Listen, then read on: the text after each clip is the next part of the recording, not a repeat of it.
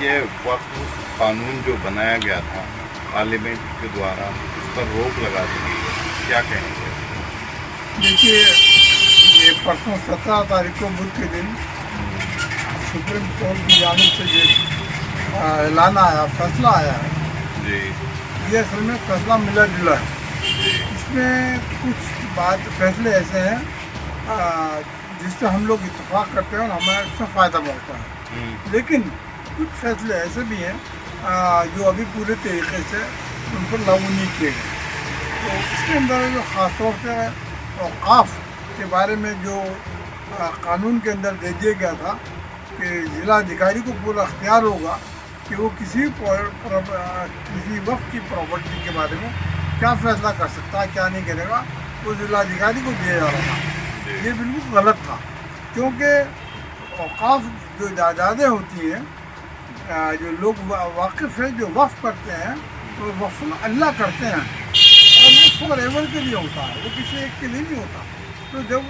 کوئی واقف جو ہے کسی پراپرٹی کو کسی مدرسے کے لیے، مسجد کے لیے یا کہیں کسی جگہ کے لیے اگر وقف کرتا ہے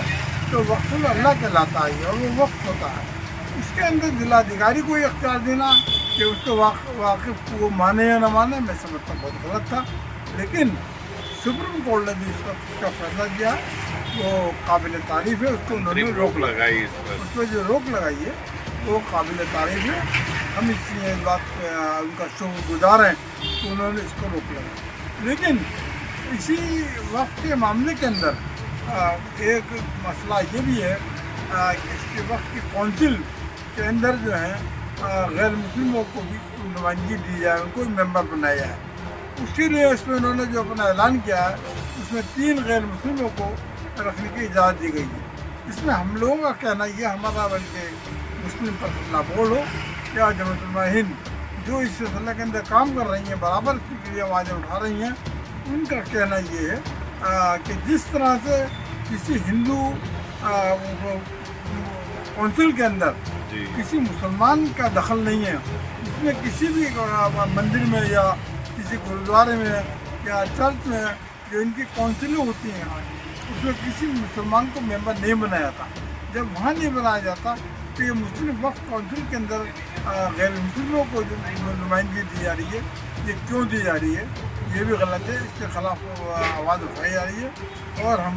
سپریم کورٹ سے اس بات کی امید کریں گے کہ جو باقی مسائل ابھی رہ گئے ہیں ان کے اندر، ان پہ بھی غور کرے گی اور اس مطلب بھی غور کرے گی، تبھی ہم لوگوں کو اطمینان ہوگا۔ لیکن ہم سپریم کورٹ کا پر اعتبار ہے، ہمیں یقین ہے کہ وہ ہندوستان کے رہنے والے مسلمانوں کے ساتھ جو وقوف کا مسئلہ ہے اس کے ساتھ انصاف کے ساتھ فیصلہ کرے گی۔ شکریہ۔ تو انترم روک لگائی ہے، اس میں خاص طور سے کچھ بندو ہیں جن کے اوپر بات کی جا رہی ہے، اس پر آپ کیا کہنا چاہیں گے؟ جیسے کہ ڈی ایم او کے لیے ایک وہ دے دیا گیا تھا، اختیار دے دیے گئے تھے، وہ اس نے روک لگائی ہے، دوسرے کونسل کے بارے میں بھی۔ تو یہ جو ساری چیزیں ہیں اس کے بارے میں کیا کہیں گے؟ دیکھیے، اس میں ہمیں یہ کہنا ہے کیونکہ یہ وقف پراپرٹی جو ہے یہ اللہ کی پراپرٹی ہے، اور جو مسلمس ہوتا ہے تو مسلمان ہی اپنی پراپرٹی کو دان کرتا اللہ کے نام پہ۔ جب یہ اللہ کی پراپرٹی ہے تو کوئی دوسرے آدمی کا اس میں انٹرفیئرنس بالکل نہیں ہے۔ اب یہ بھرم جو پھیلایا جا رہا ہے وہ بھی یہ سرکاری پراپرٹی کو جو ہے وقف پراپرٹی ڈکلیئر کر دیتے ہیں، ووادت بنا دیتے ہیں، تو ان کی نیت جو تھی وہ درست نہیں تھی، ان کی نیت خراب تھی، اسی لیے انہوں نے ڈی ایم کا انٹرفیئر کرنے کا انہوں نے پریاس کیا کہ وہ بھی ضلع ادھیکاری جو ہے جو بھی سمپتی ووادت ہوگی اس کا انویسٹیگیشن کرے گا، تو آنریبل سپریم کورٹ نے اس پر روک لگا دی ہے کیونکہ ان کی نیت صاف نہیں تھی۔ تو اسی وجہ سے جو ہے مسلم سماج خوش ہے۔ بھائی جو ہے یہ پراپرٹی ہماری تھوڑا ہی ہے، یہ تو مسلمس کی پراپرٹی ہے، نہ سرکار کی پراپرٹی ہے، اور مسلمس دان کرتا اللہ کے لیے، اللہ اس کا مالک ہے۔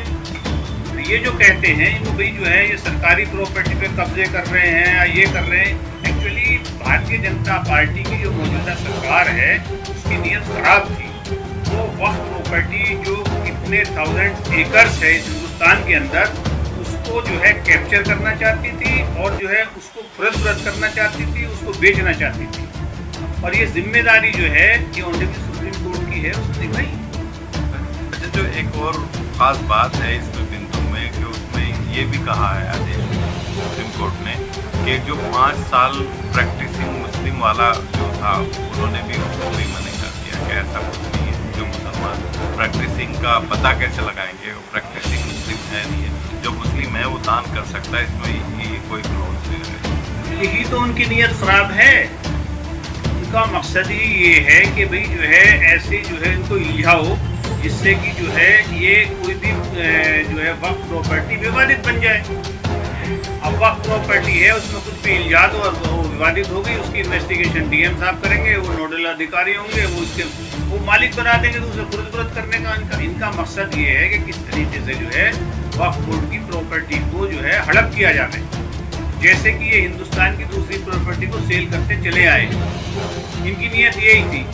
لیکن ہم سمویدھان کے تحت یہاں پہ جو ہے ہندوستان کے اندر سمویدھان سے ہی جو ہے سرکار چلتی ہے، یہ تو وائلیشن کرتے ہیں ہر جگہ، لیکن اس کی سنگرشک جو ہے وہ مانیہ اچتم نیالیہ ہے، انہوں نے دکھا دیا ہے۔ Chief Justice of India